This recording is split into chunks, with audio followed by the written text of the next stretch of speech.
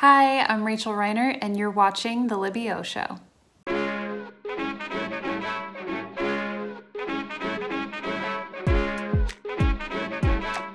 How did she do it? Do it. Do it. Do it. Libby. Libby. Libby. 3, 2, Libby. 1. It's the Libby Show.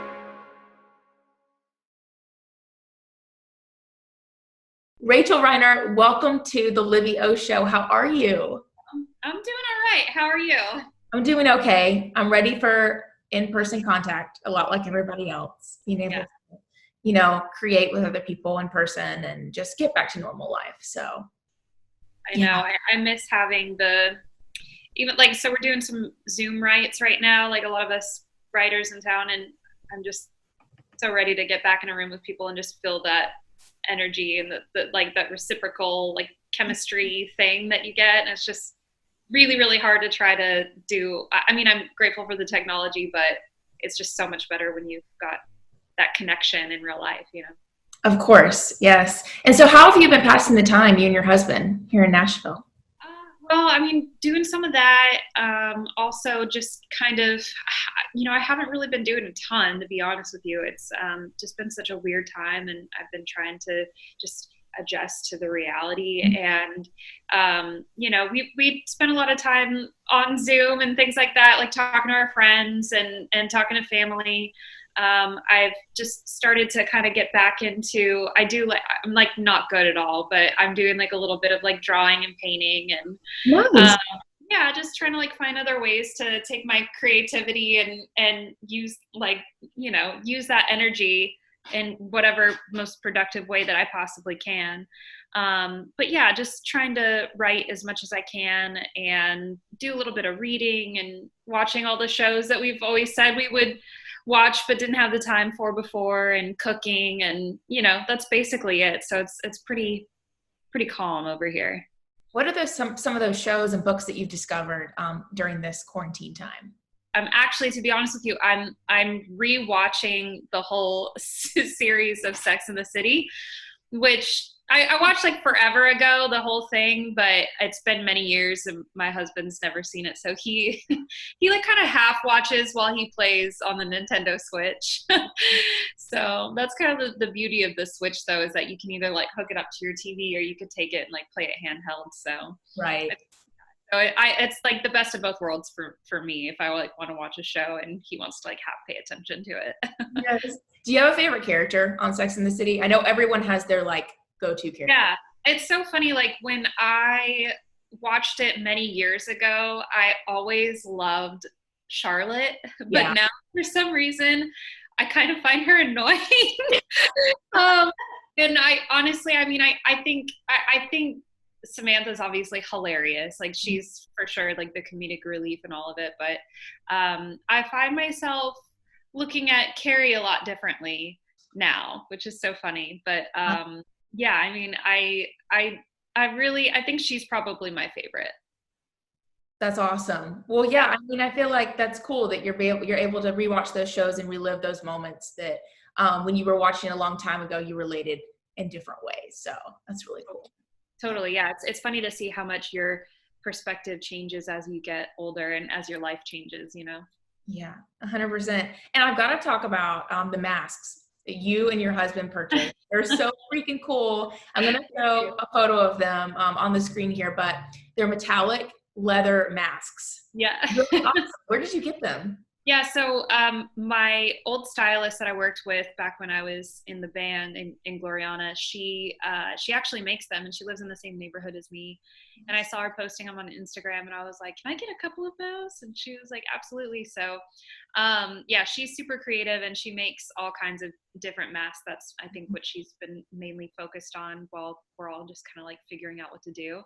But she's got some really fun like tie-dye ones as well, so I might get one of those from her. But yeah, the metallic ones get they get a lot more attention than I thought they were gonna get, you know?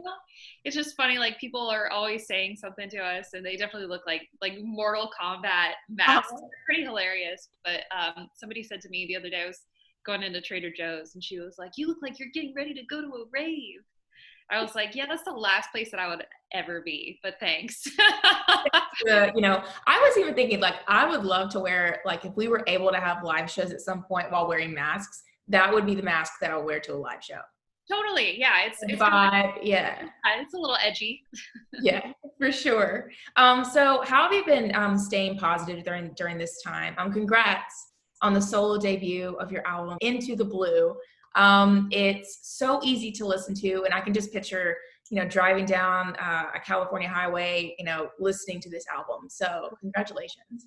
Thank you so much. Yeah, it's been, I'm not gonna lie, it's been a really hard time. And, I've been working on this album for over 4 years. And so I, definitely imagined this whole release going much differently than what has happened and what's transpired. I released it on March 13th of this year. So, for everything to kind of just be canceled or put perpetually on hold, and to just kind of have to take a step back and just realize that there's nothing I can do about it. Right. That aspect of it is a little hard, but at the same time, like I just have to, try my best to keep my spirits up as much as I possibly can. And when people say things like you just said about how it's easy to listen to, or it like kind of transports you to a different place or a different state of mind, like that makes me feel really good, because that's a big reason why I do what I do. So yeah, I mean, I as far as trying to stay positive, I'm just having constant conversations with, my husband, and he's kind of talking me off the ledge quite a bit, and also just trying to like find other ways to distract myself a little bit from not thinking too much about the circumstances, so like I said, like being creative and, finding other outlets for my creativity, and, just kind of taking my mind off of, the doom and gloom of what's going on. So, it's hard. It's definitely an day to day. Honestly, it's more like a moment to moment thing for me, right. Taking it one day at a time. Because one moment I'm feeling like, oh, I'm enjoying this downtime, the weather. And then I had this other moment of like, oh man, I miss my friends. I miss going out to support other people and, just that community aspect of it. Yeah. But and being busy too, like being busy is definitely the best. Like when you release an album, like you want to be busy, you want to be doing stuff, you want to feel like the wheels are in motion and things are happening. So when you just got this like stillness, you think too much. I think too much. Oh, 100%.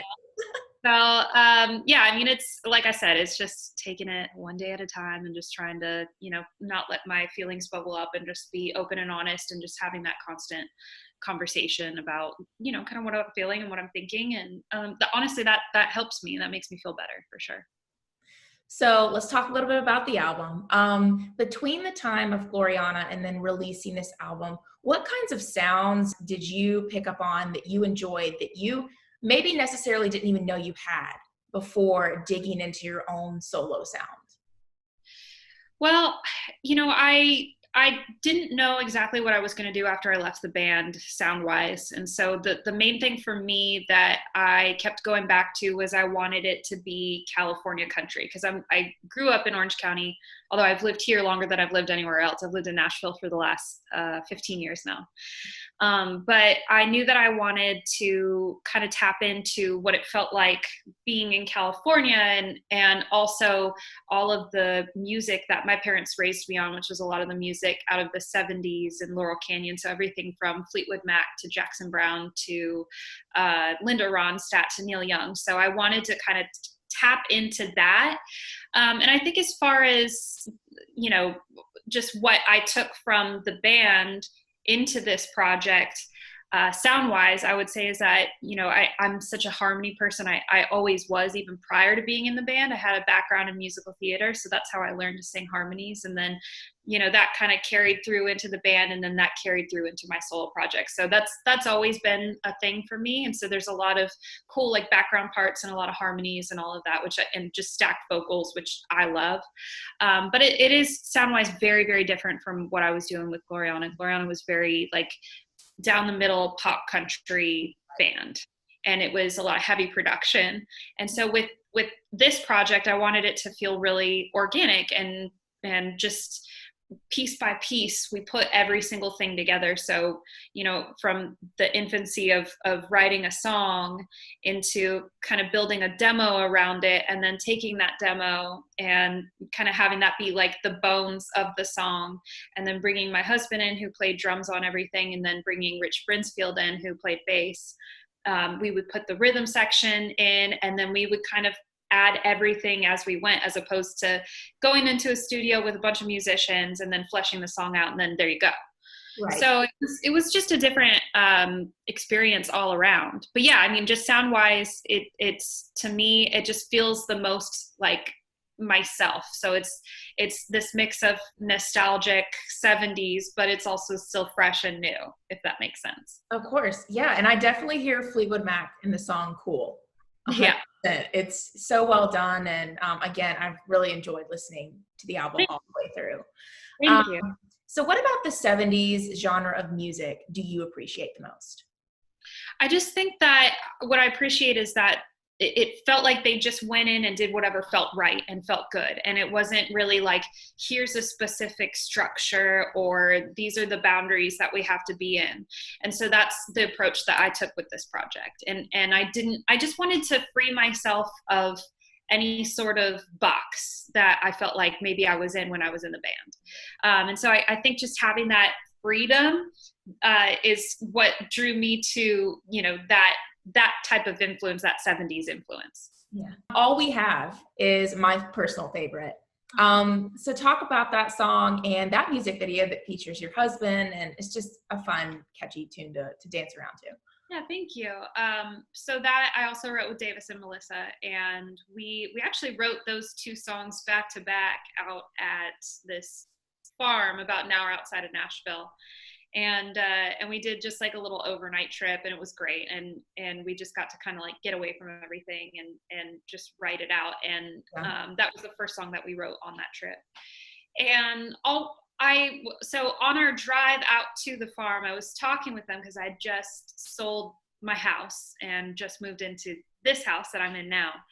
And it was sort of this cathartic thing that I didn't think it would be, just because I had so much pride in, buying a house when I was 24. And it was just this thing that I put so much stock of just myself into. And so after selling the house, I felt a lot of freedom, and I felt a lot of like, I don't know, just this weight lifted off of my shoulders that I wasn't expecting to feel. And I think it was sort of this whole revelation that, life isn't about fame or money or status or what you own. It's about who you are as a person and what you make other people feel when they're, around you. And so I think it was that, coupled with, really just kind of losing everything that I'd worked for so long for, and just kind of doing away with that in order to get into this next phase of my life. But yeah, it was just that revelation, like I said, and just this whole process for me has been such a spiritual journey. But yeah, that song I think was really important to this whole process, and kind of having that understanding of, who my real friends are, and the people who stuck around throughout this transition in my life, and just kind of realizing what really matters and what's more important in life. That's so well said. And I mean, I'm learning the same during this time of everything having to be put on pause and adapting, and creating this show from my apartment. And so it is really giving me a sense of like, how do you want to make this something that brings hope to people, and showcase artists and what they're doing to do exactly the same. So couldn't have said better. Yeah. Absolutely. And so when all this quarantine stuff is over, what venue would you say you are super excited about performing at, or what that you would like to perform at with this album? Like a bucket list? I think for me, bucket list would probably have to be the Ryman. And I've never performed there, which is so funny because you would think that with Gloriana that we would have at some point, but we just never got the opportunity to. So that would be on the top of my list for sure. It's such a special venue, and I love the history there. I love the way it sounds in there. I love just going to see shows there. That's one of the venues that I always look forward to going and seeing shows. So yeah, that would be number one on my list for sure. You mentioned Jackson Browne earlier when you were describing your influences, and I got to see him live there at the Americana Music Awards. Oh, so cool. It was so, because I grew up with that because my parents are huge fans of him. So yeah, and he's also from Orange County, so, and which is where I grew up out in California. So yeah, I love him. I think his stuff is so great, so cool, and yeah, just very quintessential California country vibes, you know. Did you ever think about pursuing music out in California, or what if not, what led you to come to Nashville and pursue a career as an artist? So I actually never did. I never pursued music out in California. I think, it was kind of where I got my start from a songwriting standpoint. But no, I don't know. I think because I was a little kid spending time like driving up to LA, and I used to do like auditions for commercials, and I had an agent when I was like 5, which is so weird, that's like a whole other story. But I think I always just kind of had this thing about LA where I just didn't want to deal with the traffic, and I always had this pull for country music, and I had a friend who was making these trips to Nashville, and as soon as I made my first trip, I just loved it here, and this is where I felt like I needed to be. So it wasn't even really much of a thought, but when I was in Gloriana, oddly enough, we made our first record out in LA. So but as far as like my pursuit of music goes, it was never out there. It was always here. What about the Nashville writing community do you appreciate the most?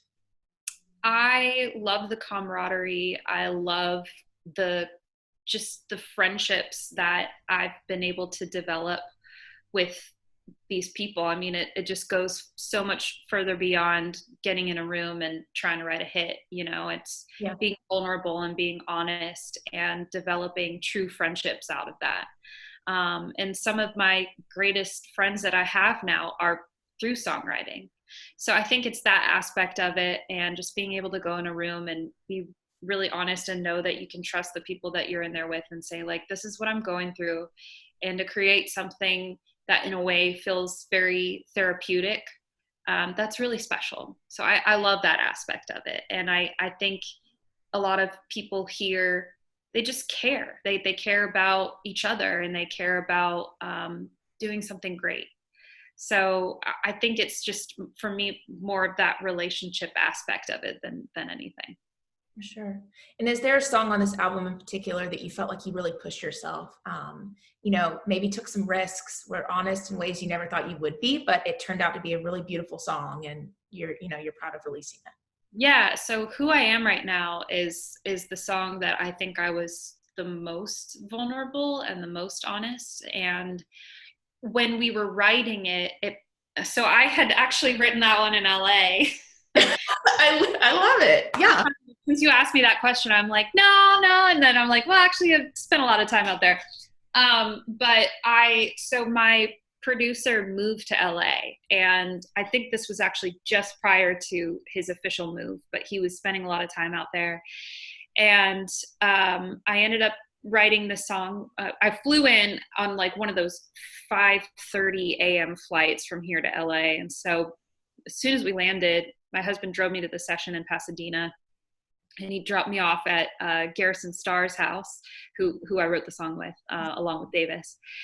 And it was just one of those situations where I think I was like sort of half awake, half exhausted from the flight, and just trying to power through this session. Mm-hmm. And I think we were all being really honest, and I think we all related to the subject matter of the song. But because it was so vulnerable and so raw, it was like we were laboring through this song. Yeah. And so what's so funny about it is that I walked away from it knowing we had something good, but because it just took so much out of me, I was just kind of like, I just set it aside. And funny enough, I didn't know about this, but Garrison told me she did the same thing. She felt exactly the same way as I did. And I didn't find out about this until like 2 weeks ago when we were talking about the song. And it was Davis who was like, this is special. This is a really, really special song. And it wasn't until he said that, and then we got in the studio and started cutting it, that I was like, oh, it just clicked for me. And all of a sudden I was like, oh my God, this is the most real and honest thing that I think I've ever said. And I think that was part of why I had such a hard time kind of coming to grips with it. Yeah. But I listen to that song now and I'm like, it's just one of the proudest songs I have ever been a part of. It's freaking awesome. So you should be proud. Yeah.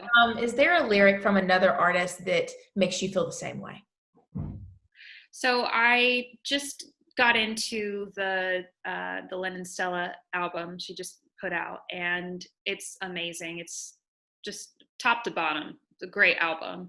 And there's a song on there called Older Than I Am, and it's the first song that I've listened to, and I can't even tell you how long that really just stopped me in my tracks, that I was just like, whoa.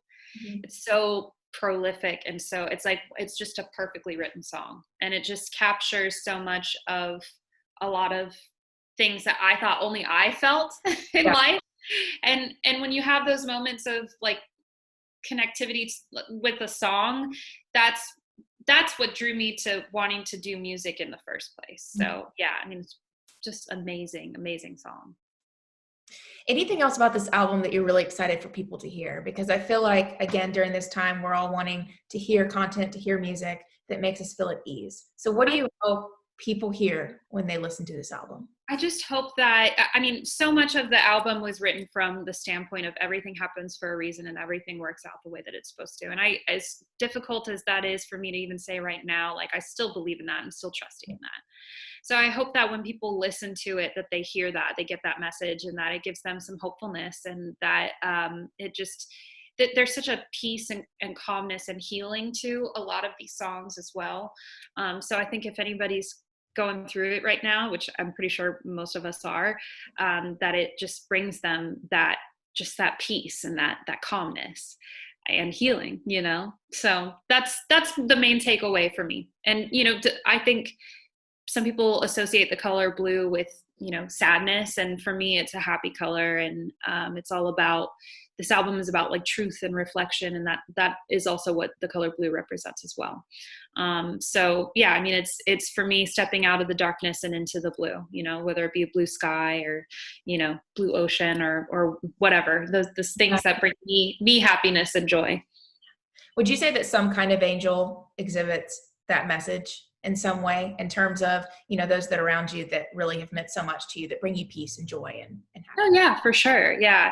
I mean, that was the first love song that I've ever written, where I was like, because I always had a hard time writing love songs. Huh? It was the first one that I wrote where I was like, oh, I actually love writing love songs. And then it just kind of like spilled out over into the rest of the record. And I think it was the first song that was kind of the foundation of what this album would become.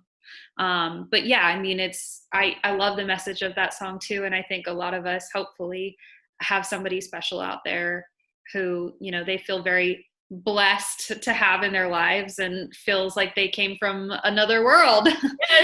Yeah, for sure. Well, again, congratulations. And I was so excited to see when you were releasing your debut solo album. So congratulations. Thank you. Appreciate it. And we got to say, right behind you, you've got your vinyl. I know. I was noticing that. So just FYI, that's our vinyl player back there. One of them. We've got like 5 for some reason. I don't know why. But my husband put that back there. I did not. But I'll put it over just to show you. Please do. This is my first time having vinyl. We never printed vinyl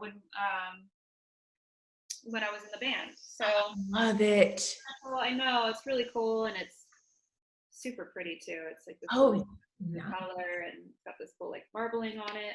But yeah, that's definitely a nice little proud moment for me. But I was sitting here thinking like maybe I should move that because it's like so cheesy. Like here's my album in the back. No, I love it because it gave a really great opportunity for me to point out. I see it back there. Yeah. It's funny because I have you propped up on my record player right now. Oh, you do? Yes. So Oh, nice. this is what we're working with here. Oh, very cool. Oh, that's a So cool one. I'm trying to see where I'm. Oh yeah, it's on my little stand. That's really cool. Thanks. It's tall enough that it sits where it's like not awkward. So. Oh, I know. I've done like some live streams like from my phone. I literally have my phone propped up on a box of wine. I'm like, this is next level of redneck for me. I feel like we're all doing. I was watching Al Roker on the Today Show, and he was showing everybody on his social media that like he had his phone propped up against like this very tall bottle of vodka, and I was like, I love that even the professionals Just are just realness. making do, you know. Yeah. Such realness. Well, thank you so much for taking the time to hop online and talk to me about everything because I've just enjoyed hearing all your stories and listening to your music, and I'm excited to see what this album brings to you. So I appreciate that. Thank you, and best of luck to you. thank you so much. Really quickly, where can people follow and keep up with you? So RachelReinertMusic.com is my website, and that'll lead you to everything. But if you want to just jump over to my Instagram, it's Rachel_Reinert, REINERT. I'm at Rach Reinert on Twitter, Rachel Reinert Music on Facebook. And then you can stream the music wherever you can stream it. And then, of course, we have actual physical CDs as well as the vinyls. And my online store you can find through my website. Perfect. Well, thank you so much. I really appreciate you. Thanks for having me. Thank you. Bye.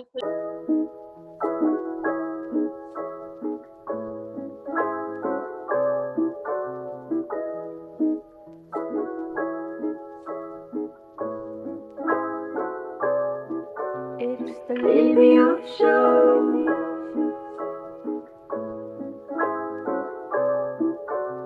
The Libby Show.